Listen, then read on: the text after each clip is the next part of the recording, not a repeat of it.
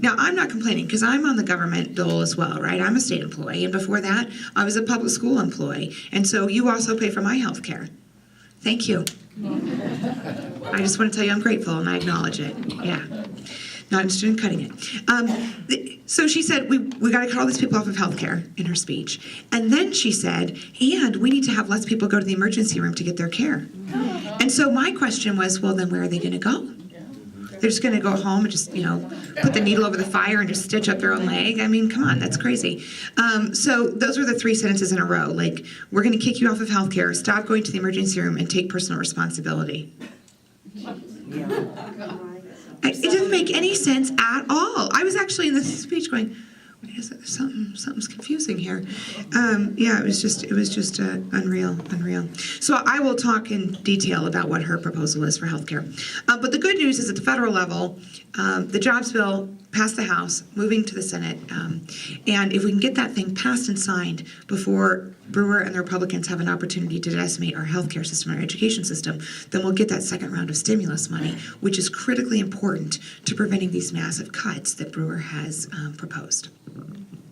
So feel free to call your U.S. senators and encourage them to support the stimulus. Well, I actually would encourage you to still call them, even if they're not going to listen, or if they don't read your email or don't know what email is. You should still contact them, because they need to know that you care about this and that you think it's important. You may remember that last spring, John Kyle suggested that Arizona should get all of its stimulus money back to the federal government. And I thought, gosh, he hasn't been home in a while, right? Because without the stimulus money, we would have lost, over a third of Arizona's teachers. Well, he should care. His grandkids go to school. Well, it's true. He also... Okay. Just not right. Okay. He also said that thing to Debbie Stabenow. Did you guys hear that? Mm-hmm. Yeah, this was in Max Baucus's committee. He and Debbie Stabenow, the senator from Michigan, senior senator from Michigan, they were debating the first round of the healthcare legislation. This was last fall. And he was complaining about the fact that the bill required that maternity coverage be covered. Which makes sense, because women tend to get pregnant and have babies, and that's how you continue the population of our planet. And he said, well, I'm never going to get pregnant. I don't need that coverage. And Debbie Stabenow, quick as a whip, said, well, I bet your mother needed that coverage. I just wanted to kiss her. I was so happy. It was wonderful. And then we did a press conference the next day saying, was he joking or was he being sarcastic? And his office came out and said, no, he was being serious. And I said, even worse. Like, that's even worse. I mean, oh my gosh, I'll never get pregnant. Yeah, that's kind of how it works, you being a man and all, but you certainly had something to do with your wife getting pregnant several times. Whatever. Well, potentially. Yeah, we're not sure. But... No, I think it was him. Despite John Kyle's faults, I don't think he's a John Edwards, so it's a whole different thing.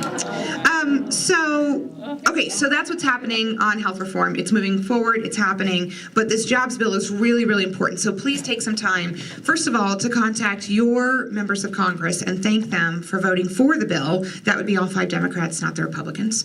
And then make sure that you let your U.S. senators know that we need their support for it, because we actually need these dollars to prevent massive cuts to our state education healthcare system. So that's what's happening at the federal level. There's a lot of other stuff happening, but those are some of the big things that affect Arizona. There was this court case, Citizens United, that the Supreme Court ruled on just a week or so ago. And gosh, it's a huge case and one of the worst I've ever seen. Basically what the case does is it defines corporations, which are legal entities, but they're fictions. They're not actual people. They're a created legal entity. And in the Citizens United case, the majority members of the Supreme Court ruled that those corporations, those legal entities, have the same First Amendment rights that you and I do. Yeah, that was the ruling. Did you have your hand up? Mm-hmm. Yeah. We need to emphasize that corporations exist only on paper. Right. They're fictional. A piece of paper has no right to vote any place. Well, not today. They have to overturn that Supreme Court decision. Well, and that's going to be a challenge because the Supreme Court decision was ruled on the grounds of the First Amendment. So in order to change that ruling, you have to have a constitutional amendment, which is incredibly difficult to do at the federal level. Yes. May add that the state gives the corporation their charter.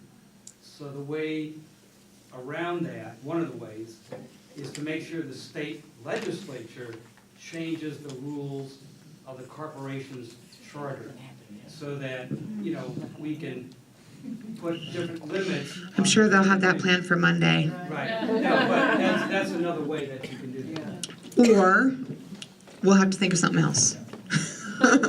Because I'm just guessing that's not going to happen. Okay, at least not this year. So basically, to change this at the federal level, you need a constitutional amendment, which is very, very difficult to do. Very difficult to do. What the president has proposed in his speech, and you may have seen Alito throwing a little fit down in his chair. The president proposed that Congress take any and all action open to it to create restrictions. New decision. And there are a number of ideas. There's some transparency requirements. You can probably exclude foreign corporations from participating, just like we don't allow people who are non-citizens to contribute to political campaigns. You could probably argue that a non-citizen corporation also doesn't have that right. But it's going to be a very knotty and thorny area of the law for at least a generation to come. This is a really momentous decision. Back in 1886, the Supreme Court determined at that time that corporations had some legal rights akin to humans. And that was a watershed case. And there has been nothing as momentous since then until the Citizens United case. So this has very, very far-reaching impact. I mean, literally think about it. Tostitos has the same First Amendment right as you do. Tostitos for Kyle. So this is very, very concerning. This week, the Secretary of State's office and the councils for each of the four legislative caucuses had their very first meeting to just kind of make sure that everyone understood the case and to start a process of moving forward to address state law to basically comport, because right now Arizona state law conflicts with the holding of Citizens United. In Arizona, corporations cannot give to any candidate in any race.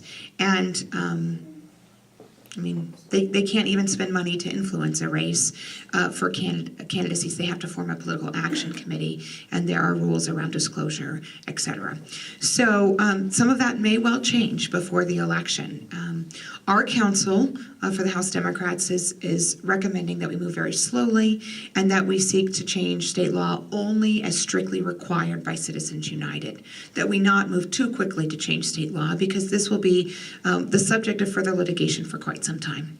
So we'll see.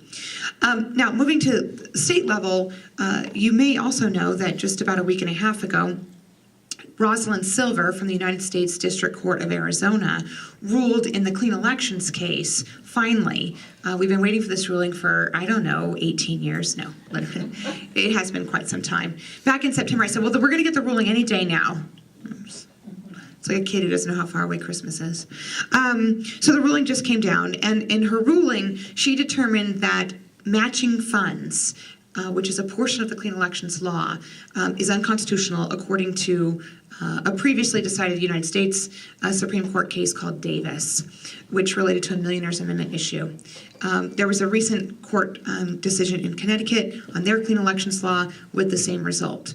So it is, in my opinion, and I'm an attorney, I don't play one on TV, but it is my opinion that we are not likely to win this on appeal.